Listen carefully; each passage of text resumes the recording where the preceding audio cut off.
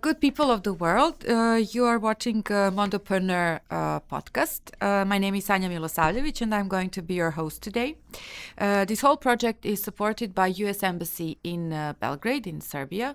And we are trying actually to share stories of successful women from all over the world because we find it's very important to hear different stories, different views and different perspectives in order to decrease the noise we all keep on listening on through our media. So I hope you're going to enjoy our today's conversation. Today my guest is a dear friend of mine and she comes from Taiwan and her name is Shan. Hi, Shan. How are you? Hi, Shaya, and yeah, I'm good. And thanks for your time, and thanks for giving me this opportunity. Well, as I said in the introduction, I think it's very important for all of us to hear different perspectives, different voices, in Right. order to make the right choice or to make the right decision. Can you tell us something about yourself? Like, what is your educational background? How is your educational background important for your today's work, and maybe some of your future plans? Right. And okay, thanks. So I'm from Taiwan and not Thailand. Sometimes people do get confused with that. So our capital is Taipei. So I'm actually from Taipei. I'm now in Taipei, and myself, I grew up here and I work here. However, I do have about 3 years time stay in Britain, and I study and also I work there for a while.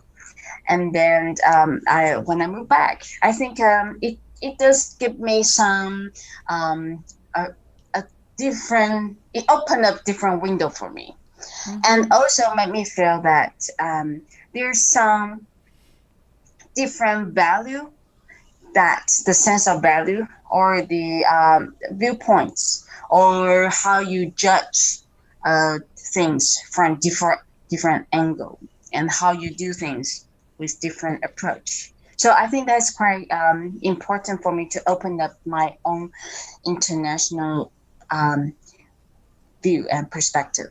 Mm-hmm. So that's why I think internationalization is quite important for because we're a small island. So I believe that is pretty important for individual like us and also for everyone. I think to open up your eyes. So Mm-hmm. for myself, I would say to learn from different experience is more important to have different good results from Mm-hmm. others' eyes. Yeah. Mm-hmm. Mm-hmm. Mm-hmm. So So, that's one point. uh-huh. So, you studied business, economy, Oh, right. Yeah. insurance, finance. What's your Yes. educational background? Oh, sorry, I missed that part. No. My undergrad is business school, Mm-hmm. insurance, and my I got my MA from the University of Birmingham. That is from international economic management.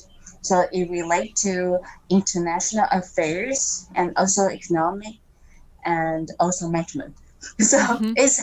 so you can tell that I like to have different explore. I like to explore different things, and I Mm-hmm. also like to mix up a lot of different things. Well, that's And good. That's perfect. I think it make my life more interesting. Mm-hmm. Yeah. So and also it make me feel more enthusiastic because a lot of things are new for every day. It's daily Mm-hmm. basis.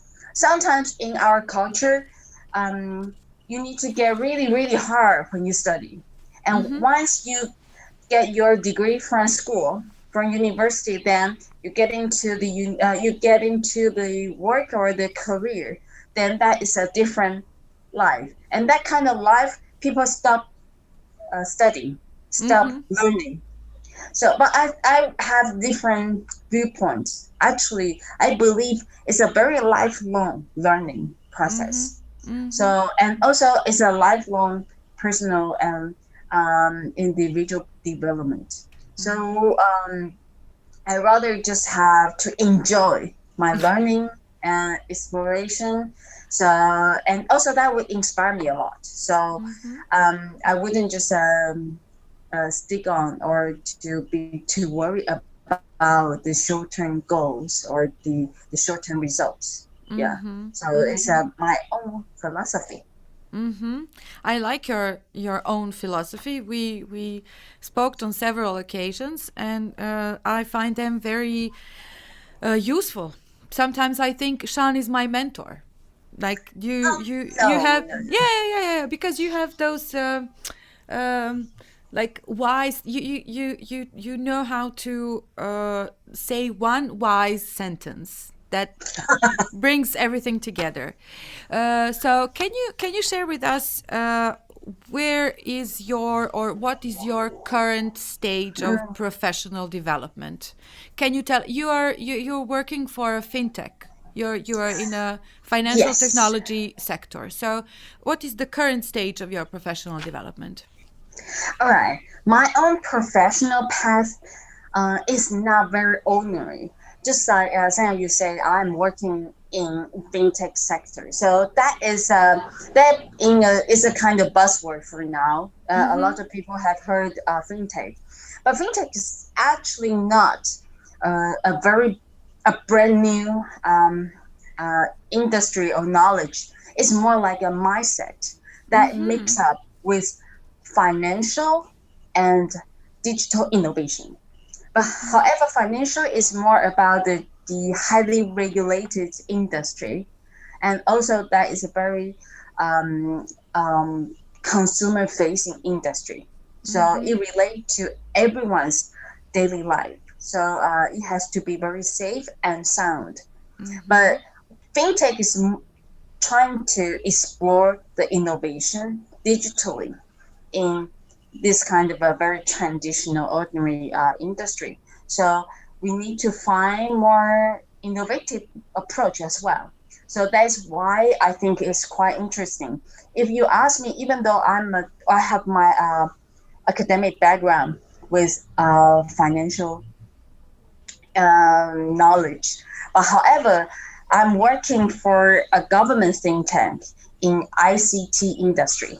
So my organization is called Triple I. It's a Institute for Information Industry, and Mm-hmm. my organization actually is working on how to help the whole different industry to do their digital transformation. And so Mm-hmm. in the past, I worked for this organization for 15 years, and first 5 years is working with startups. My Mm-hmm. another 5 years is working with large firms to do their digital strategies. And this is my third 5 years. And my third 5 years is to mix up those both, to help the startup in financial industry and also to help the financial organization and institute to transform their business into digital economy. So I found that's quite interesting. So my 15 years here is trying to accumulate my knowledge and my experience, my know-how in innovation and Mm-hmm. also digital innovation. And then I have to put those all the my capability into fintech. So that's more my career, and I would say to build up the ecosystem, innovation ecosystem is my love. It's I really love that. This Can innovation you ecosystem. sorry, Shan. Yeah, right, Can you share more details? all What right, is digital innovation? What would all that be? right. Okay. So, for example, like we need to help the kind of robot advisor or how you leverage smart recommendation for your uh, how to put it your marketing Mm-hmm.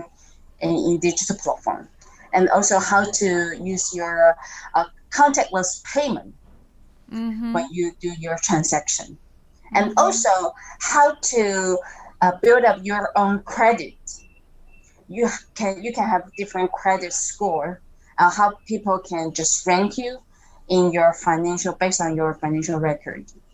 So those are we have a traditional approach for a long time, but now we try to also introduce or bring in the more innovative approach. For example, like you can use your buying or your shopping transaction for your own credit data.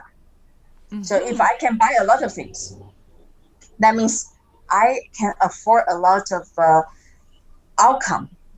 I Mm-hmm. can pay a lot of money, and that also means I have some money in hands. Mm-hmm. So that is another way to prove I am capable of my income or my cash flow.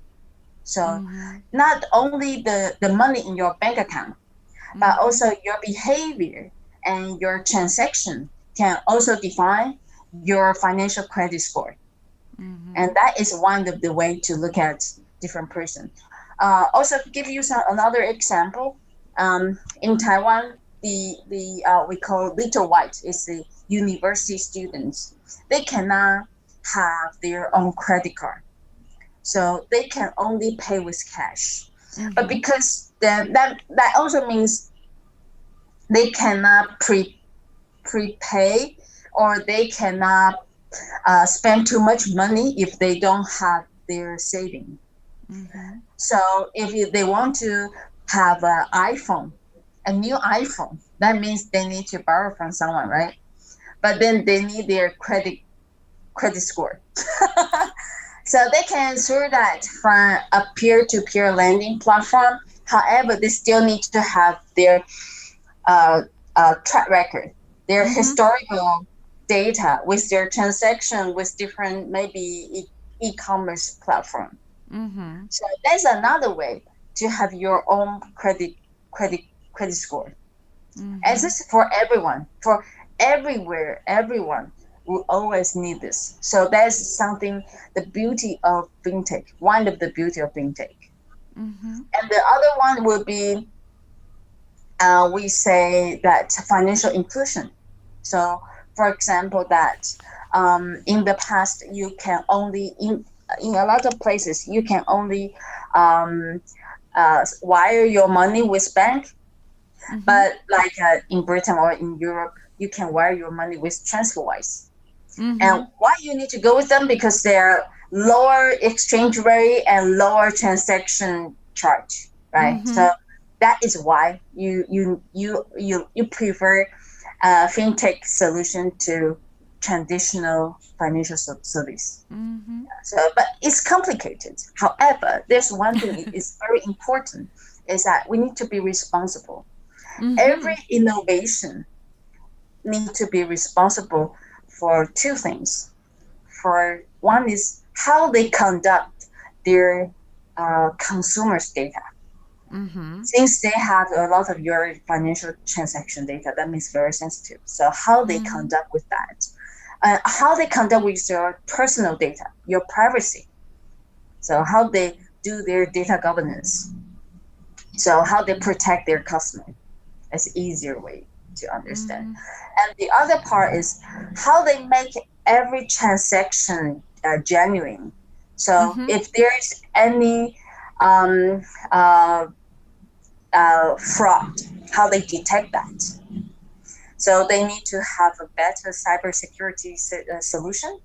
Mm-hmm. Yeah, and they also need to have very good customer due diligence. So Mm-hmm. they need to know whether someone just steal your customer's account and pay money to someone is not your customers at their will. So it's quite important uh, to have your authentication. We call Mm-hmm. KYC, EKYC, know your customer, and also know how you can help and assist your customer still be safe in your on your platform in your Mm-hmm. service. So that's quite important. So be responsible is quite important for innovation. Mm-hmm. And how is your how are your policymakers or I don't know, your government or The regulator. the regulator, how are they dealing with the cybersecurity, and how are they Yeah, trying to implement the cybersecurity? Because as you right. said, it's very sensitive. It's very It extremely is very sensitive. sensitive. It's sensitive to everyone. Mm-hmm. However, I would say since financial innovation is everywhere now, but financial is also daily services everyone needs that. So that every innovation when you implement to our markets, that need to be very, very careful. Mm-hmm. So we need to have a lot of checkup. For example, Mm-hmm. like your compliance checkup, if your legal checkup, and whether you complies with your regulation. And second, if your system are safe. And so the regulator, of course, we call that would be still has to have be very prudential. They need to be careful with those risks. So Mm-hmm. risk management and evaluation become the key things. So Mm-hmm. whether we can understand what we are facing. So myself, I also learned that from my own job. I learned we cannot just say that we cannot just say out loud about innovation, but we need to know this innovation will how and what will impact on our market or our customer, and how we can conduct with that. We can how we can manage with a risk, and to help the market and the customer are in good hands. So Mm-hmm. that's quite important. So the regulator, sorry. So sorry. Don't So the, worry. the regulator need to also um, be balance out Mm-hmm. the innovation and the risk management, and Mm-hmm. that is a dilemma. So more importantly, right? They are highly regulated. So innovation for a highly regulated industry, it's a really difficult. It's a fireball. So it's really hard and tough. So that's why we as an innovation hub. So we starting with the startup ecosystem, and then we find out we have to help the regulator to solve out one problem, and one question is how they can understand different innovation and its impact. It's a Mm-hmm. learning curve. So it's also a learning process. Mm-hmm. So we learn also that with our counterparts. And so for that, we try to also understand what in their innovators' mind and what in the regulators' mind. So more importantly, when you discuss or in communication with someone else, you need to put yourself in their shoes. Mm-hmm. Really put yourself um, from their viewpoints, not to understand one question just with your own perspective. That Mm-hmm. it would be make everything very difficult to move forward. So we build up the platform. The platform invites everyone in and to have open discussion. And also, more importantly for us, is to be the interpreter. Mm-hmm. To Chinese to Chinese still need an interpreter because different industry speak the different language. Just they have different understanding with a risk, right? Mm-hmm. So maybe I think just to open up my account is not so big deal, but for financial industry, that is an extremely crazy risky move. So that is something that you need to understand. Why they feel that's important, because every financial account relate to the very sensitive data and also their actual money. so Mm-hmm. so it's not like your social media data media account. So it's very different. It's you if you are trying to put the apple and orange, you still need to ask the orange speak the apple language. Also help the apple to understand why orange is saying so. Yeah. And why orange is orange?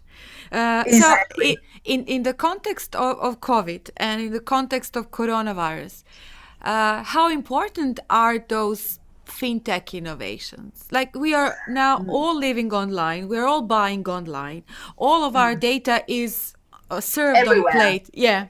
So how is important in the context of COVID? Right. COVID-19. Now I just found that is something so unbelievable.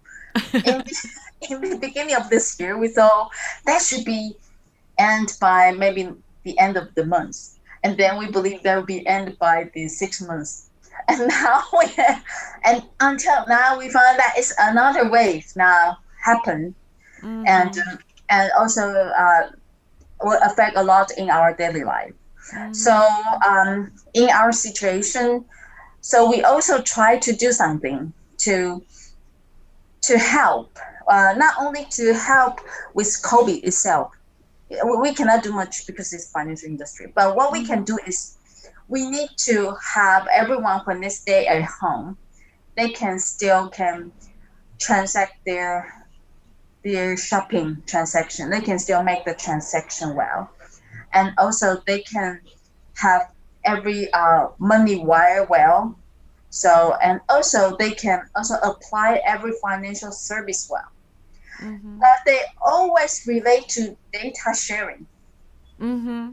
So you might need to share your data. I mean, the bank might need to share the data with non-bank body. So which means I might need to share my data with e-commerce platform, or I might need to share the data with healthcare. So Mm-hmm. I would need to share the data that's something I'm also in highly regulated industry like myself. Mm-hmm. Mm-hmm. So that is pain in the ass for the financial industry. So we try to also help and try to be the think tank for the regulator, Mm-hmm. and we are working on the digital infrastructure to to deal with all the different level of data sharing. So we Mm-hmm. call that proportional regulation. So, for example, if I need to have, because if I need to understand whether this customer from my e-commerce shopping site, they want to buy something, I want to know if they still have enough money in their bank account. So I just need to send a question to the bank API. Through API, I just need to ask whether they have this 500, for example. They have 500, and the bank can give you a number, 800, 300, then you can judge. Mm-hmm. Or they can give me yes or no. So Mm-hmm. for this kind of data, it's no sensitive, right? It's not sensitive at all. However, if I need to help my customer to manage their monthly shopping, so I might need to analyze their account, their spending. So I will require I will require a lot of transaction data from their financial account. So I might need full list of your financial account. So that is another thing. So Mm-hmm. someone can hold my financial data every bit, which means they know me like my bank. They know me well as my bank, right? So that Mm-hmm. has to have also the highest level of cybersecurity and the privacy Mm-hmm. protection. So that's what we Mm-hmm. call proportional regulation. You don't regulate different type of business or services in the same standard. You need to Mm-hmm. have the different standard to governance different level of service that Mm-hmm. in terms of their Mm-hmm. sensitivity of their data. Yeah, so Mm-hmm. that is something we think is quite important. So and also need to say, I am a learner. Uh-huh. So I learned that from since I get into the financial industry. I was from the very left left wing. I was from very innovation, this kind of a digital web innovation. So there's totally blue ocean. Mm-hmm. And now I go to a very safe and sound and stable industry and with highly regulated regulator. So it's a really big learning curve for me, but Mm-hmm. I in a way I very enjoy Mm-hmm. this kind of learning because Mm-hmm. I open up and also I feel more secure in a way that I learn different Really? things. Mm-hmm. Yes, um, How come? because Sorry. Do you? Sorry. how Do come, you? right? Yeah. Sorry to interrupt, but you're aware of all these frauds and all this security the problems that can come, and are you? Do you buy online? Do you leave your footprint everywhere? Yeah. Yes, You're I, you're you're I comfortable with that. totally. Okay, that's one thing. Um, because I work on and I'm working with those kind of Web2 companies Mm-hmm. for 15 years. So I Mm-hmm. totally understand. I have the experience being called to the police station saying that someone has stole my account and doing a fraud. So Mm-hmm. I need to I need to have my own uh, evidence or element, right? For that I have the experience about the fraud, the digital fraud, how bad or how severe the digital fraud really is. However, I think it's inevitable. So since you know something is inevitable, the most important thing is not to bury yourself into the sand. You need to face it and you need to manage it. So my way Mm-hmm. to manage that is that I have my more like my career side, my job and my work information on the social side, Mm-hmm. and I also have my public information on my social media. Mm-hmm. And but I will leave out my family parts, like my Mm-hmm. kids, especially my Mm-hmm. kids. So one of the reasons because I think they are young, they are too young that I can't make this kind of decision for them to expose them their data Mm-hmm. in a very open environment. So I think that I will leave it to them. If one day when they get um, adult and Mm-hmm. they make their own choice, then that's their own choice. So I won't do that. But I will have my own uh, information, which I want to share with my friends or want to share with my colleagues and like my partners, like my international friends, right? So I think that is a very important communication platform. So you need to Mm-hmm. know how you can deal with different social media platforms. Mm-hmm. And and on the other hand, I also shop a lot, very much because I'm very busy. So I shop really a lot, frequently online. And but I did not stop because my family they know I have the experience with go to police station to be to do the testify. But I say I still need to shop online because it's my Mm-hmm. lifestyle. I can't avoid that part. However, there's my technique. I don't know whether that I can call it technique. I have different bank credit card. Mm-hmm. Different banks, their credit cards have a different protection for their Mm-hmm. credit card owner. So you can test it with your bank, with your different bank. Mm-hmm. So I use the credit card that they can cover the loss and they can cover me most, which Mm-hmm. means if there any transaction I feel suspicious, I would I call and I have a very satisfied response and I would trust that card, that bank to use that online. Mm-hmm. I do.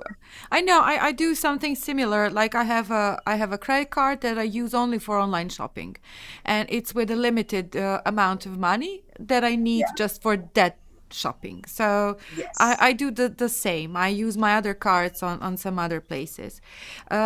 Before we start a new part of conversation, can you please tell us something about What is your government doing in terms of helping small scale businesses or entrepreneurs to overcome this pandemic or this crisis of Mm, shutting down businesses and something right, like, you know? right. So what we actually is we have different, for startup you have different types, and also they have different maturity level. Mm-hmm. So let me just say for the maturity level wise, we have very early stage, and the one in the growth, and the one is sustainable. Mm-hmm. So for the very early stage, we have different government projects to Mm-hmm. help them to promote, to develop. So this kind of startup ecosystem still need to build up. So we have different project, like fintech's one kind of project for the vertical, and we also have the project for women startup, and we Mm-hmm. also have the project for the agriculture Mm-hmm. and cultural innovation. Those are Mm-hmm. artistic ones. So we have a different type for the early stage. Then they have their ecosystem, they have their resource, and they have the mentorship, and they also can apply for the government grants. And then when you are going to grow up your business grow, and then it comes to investment. You will need more money for your business. So we have a national development fund. Normally it's a matching fund. So Mm-hmm. as long as you can they still have a different scale, they still have different size of investment. So for example, if you are asking 100,000 USD, which is about 3 million US dollar. So as long as you have one um, angel or VC would like to invest that 100,000 uh, USD, then and our National Development Fund (NDF) were also matching the fund. Another Mm-hmm. 100,000 will go to your business. Yeah, so they call it equal. So it's a matching fund. So Mm-hmm. they try to encourage the investors to invest the business they believe, and the government will also put the money in to kind of strengthen Mm-hmm. the possibility. Yeah, so Mm-hmm. that's for us is quite important for that, because with the stamp of NDF, then this company can have more confidence when they speak to other investors or their Mm-hmm. business partners. Mm-hmm. So it's quite important. So, and that's for 100,000. But we still have other larger scale of the investment from the NDF. But it's not the 100,000 is a we call is a green pass. You don't Mm-hmm. need to have the screen board. So as long as you find someone and you apply, so they just screen that very fast. But if you are asking a million USD, then you might need to go through a review board. But Mm-hmm. they will still give you the NDF funding. So that is quite important for those startup, because the investors sometimes they don't have their own confidence in a way, because Mm-hmm. not every VC understand every sector or every domain. So they believe if with a government kind of backup, so that they can be more confident. Yeah, so that is kind of the positive effect on this investment. However, I still need to say, in our fintech ecosystem, it's not so easy. One of the reasons because not everyone understands what fintech really is and which opportunity will work. So normally the venture capitalists barely can put the money into fintech. One of the reasons because they cannot understand the market, and that's why sometimes they will need some people really have been in this ecosystem and to be one of the experts, so they Mm-hmm. can have the confidence to persuade or to convince their limited partner to put the money into this kind of case. So we are looking for, and we are working on next year, is the to have this kind of industry fund, the fintech industry fund, to to have the limited partner from different financial organization, because Mm-hmm. that would be for the whole industry good. And also we think that will also help the small medium financial organization can have more leads generation, because normally they can get to know one or two fintech solutions, but once they can put the money in, and they have the opportunity and the chance to see more fintech solutions, and so it's like their they outsource their procurement Mm-hmm. department. Yeah, so they have some. We are like the sensor for them to look at the all different fintech solution for them. So I think that's another positive circle for the industry innovation. So we also speak to the regulator. So they Mm-hmm. also kind of support us with this idea.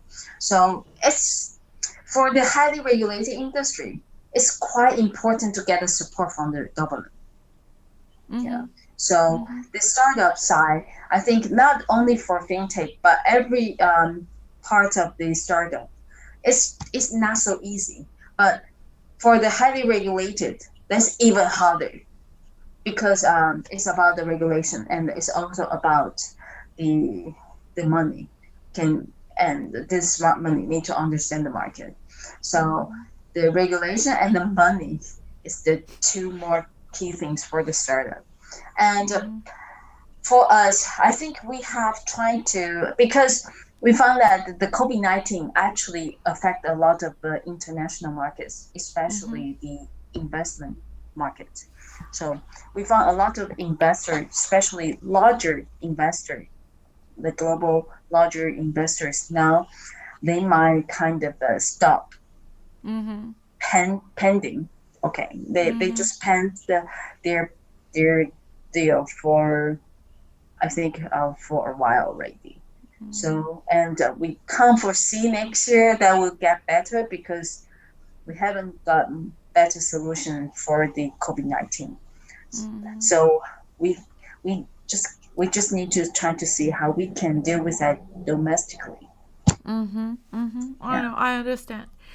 Can you tell us something about your life and working experience and how you balance your personal life, your private life, and your work? And please share some of the wise words you usually share with us when we speak.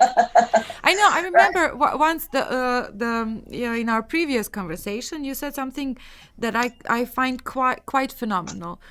You said that we don't have to be afraid of. Robots. We don't have to be afraid of artificial intelligence. We have to adjust our educational system because even though you are educated to be a programmer, you are still just a doer because you're only typing the strings of code. You're not inventing anything. You are basically like in 19th century, like a worker, a doer in a Hmm. factory. You are now a doer in you are just typing the Computer. strings. Yes. So can you tell us something like your life and work experience, and Right. how do you see the labor market for the future? For your recalling, yeah, reminder, because I was thinking what I actually said before. Yes, speaking of my own experience, Mm-hmm. I think the sample I I I make before to you share with you is that my sister, because my sister is she is the elite. She is the university professor. So Mm-hmm. one day she asked, but she is in the political science. So Mm-hmm. one day she asked me whether she should have her kid, who is gonna to get into uh, just in junior high, but have to have the senior high school exam. So she asked whether he should be in computer science or he Mm-hmm. should take some computer science lesson. So, and all right, so that is my theory. A lot of people are saying that computer language is quite important, or computer science will be the next generation, the start of the next generation. But my experience actually in the ICT, I need to say that before. I am not an engineer. I am business school background, but I have been in 15 years in the you know information industry for 15 years.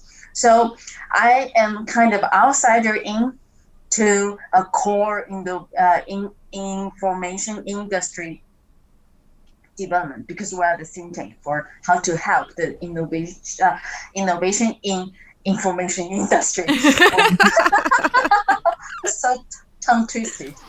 So for us, we need to also understand that it's like a data. Everyone says that data will be the next gold. Yeah, I believe that. And I also would say the same thing. But I would say if you are the miner, the data miner, if you are the worker, you will always be the worker. So it's not about how you make the code, the how you develop the code. So if you just want yourself to be a developer, so your job will still like a factory worker type, right? Mm-hmm. So if you are thinking something like the founder of Alibaba, he say himself is also not an engineer background, but he thinks that you need to have the mindset in the very digital approach. So, which means you need to think how you can leverage those data, and those data leveraged by different use. That is something you can design. You Mm-hmm. can make the decision, but you don't need to put your hand on that.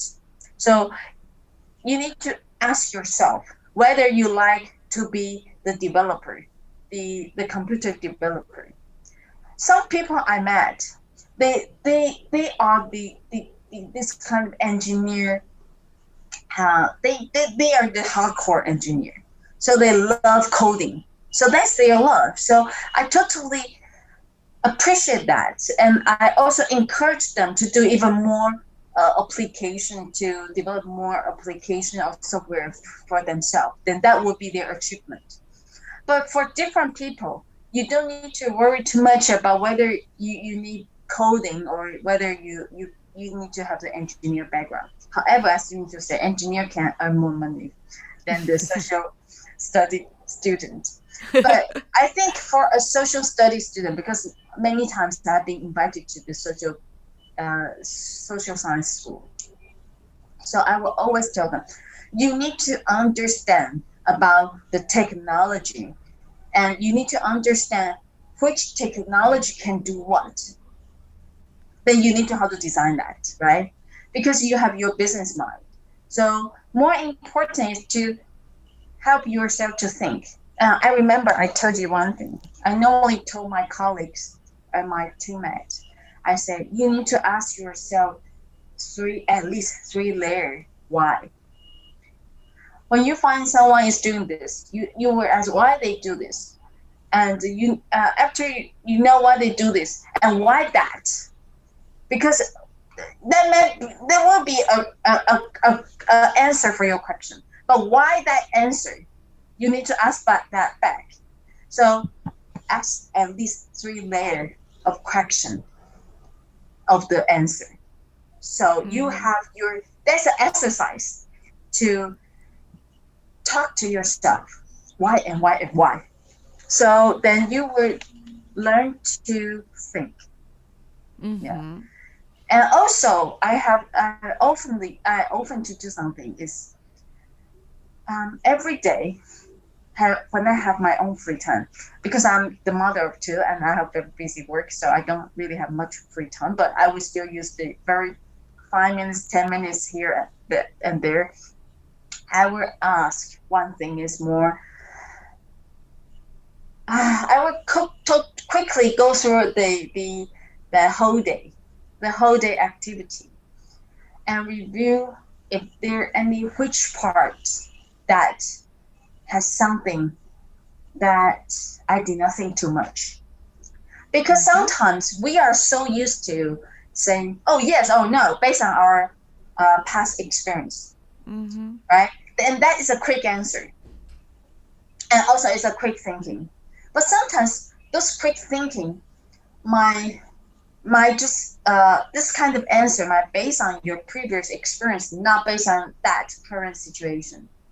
So I normally will reflect whether I do put every single factor into consideration. Yeah. And also the other thing is I would also try to recall something happened very similar in 6 months or 2 years ago, and to review at the time what I was thinking, and also reflect to what I am thinking here now. So to see whether I have changed. I think to find yourself, I think there's something I always be the cheerleader for my own self. Yeah, I always encourage myself. I need to. Otherwise, my job is so tough. So every time I found myself improved, like, oh, I bet I do better.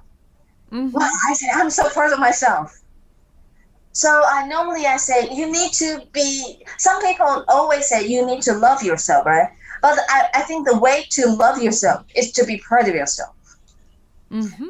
That's interesting. Yeah. That's why I said Shan is my mentor. You always say you always say some super smart things like in one sentence. So it's cheer for yourself and be proud of yourself. Be proud of it. Yeah, be proud of it. Not be proud of everything you do, right? Because that would be too blind. But be proud of something you really found that from the bottom of your heart. I found, yes, I think I correct my misbehavior. Yeah, I kind of I change. I change to be a better person. So that would be a small thing. For example, like when I'm at work and normally with my colleagues, I do very micromanagement because I cannot have any error. But sometimes but I will hold myself now. When I hold myself, I will say, okay. Okay, let's try that. Even though I have 10 no in my mind, 10 no, so I don't find out. But I would try to hold myself. And I turn around and back to my home. I would say to my husband, I'm so proud of myself. I did not say no to my colleague. So I think it's quite important to look at what you are doing. It's like another person look at yourself, your behavior, and you know yourself, but you also know you're trying to change something about yourself. So for that, and also sometimes for example, I say sorry to my kids, or I say sorry to someone maybe is junior to me. Yeah, it needs courage. Actually, it needs courage, but I think it's quite important practice to say sorry that you think you normally don't need to say. Yeah, so when you say that and being sincere, and you will also be very proud of yourself because you have that courage. You are brave. There's something I think that is the part you need to be proud of yourself. And when you're proud of yourself, of course, you will love yourself because you will think that is a great person, that you deserve this. You don't need to negotiate, or you don't need to restrain, or don't need to blame yourself too much. yeah, you need to be very neutral about what you are doing. So the neutral is Mm-hmm. about you won't blend, normally because women like to blend ourselves for a lot of things, Mm-hmm. right? Mm-hmm. Mm-hmm. But I you need know to it's a be, culture. yeah, so you need to be frank. Mm-hmm. Some parts that is our bad or our fault, but some part it won't be. So we need to look at very closely and carefully which part is our bad, which part is others.